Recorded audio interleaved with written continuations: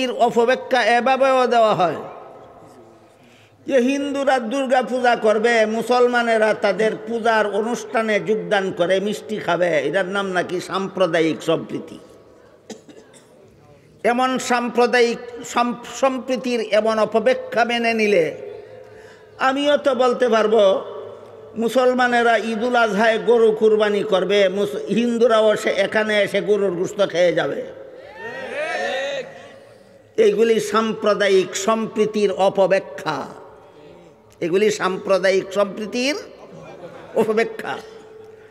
দুনিয়ার কোনো ধর্মাবলম্বীরা সাম্প্রদায়িক সম্প্রীতির সীমা রেখা জানে না, তাই আল্লাহ কুরআনে সাম্প্রদায়িক সম্প্রীতির সুস্পষ্ট সীমা রেখা বলে দিয়ে বলেছেন, লা ইকরাহা ফিদ্দিন, এক দলের ধর্ম পালনে অন্য ধর্মাবলম্বী বাধা দিতে পারবে না, এর নাম সাম্প্রদায়িক সম্প্রীতি। এবার বুঝে থাকলে বলুন, সমস্ত ধর্মাবলম্বীরা আপন আপন ধর্ম পালনে স্বাধীন গ্রহণযোগ্যতার কারণে না সাম্প্রদায়িক সম্প্রীতির কারণে?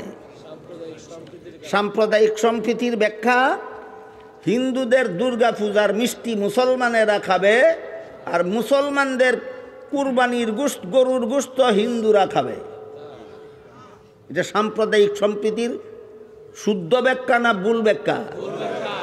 সাম্প্রদায়িক সম্প্রীতির শুদ্ধ ব্যাখ্যা হইল কেউ কারো ধর্ম পালনে বাধা দিতে পারবে না। যেমনভাবে পরীক্ষার হলে কোনো পরীক্ষার্থী যতই ভুল লেখুক কেউ বাধা দিতে পারবে না।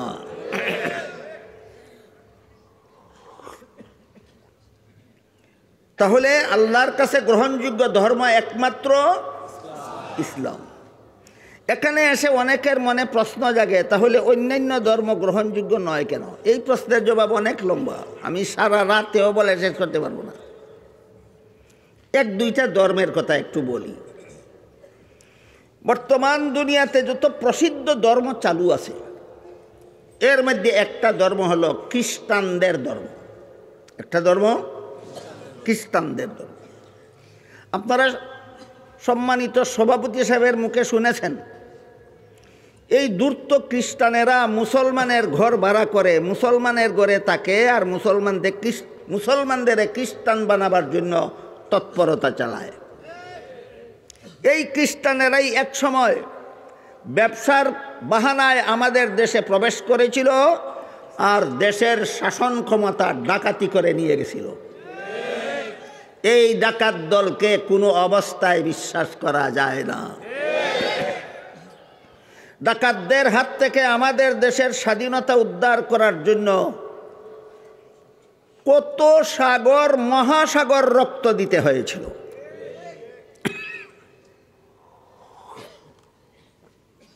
এই বর্তমানে বাংলাদেশের খ্রিস্টানেরা আপনাদেরকে খ্রিস্টান বানাবার জন্য যে সংঘবদ্ধ তৎপরতা চালিয়েছে তাদের সেই সংগঠনের নাম খ্রিস্টান মিশনারি বাংলাদেশ।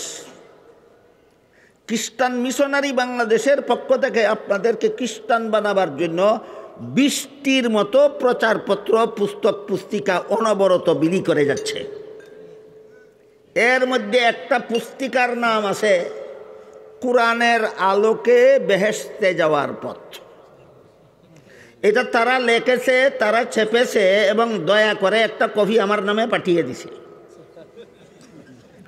আমার নামে না পাঠালে আমি তাদের ভিতরের খবর এত গভীরভাবে জানতে পারতাম না।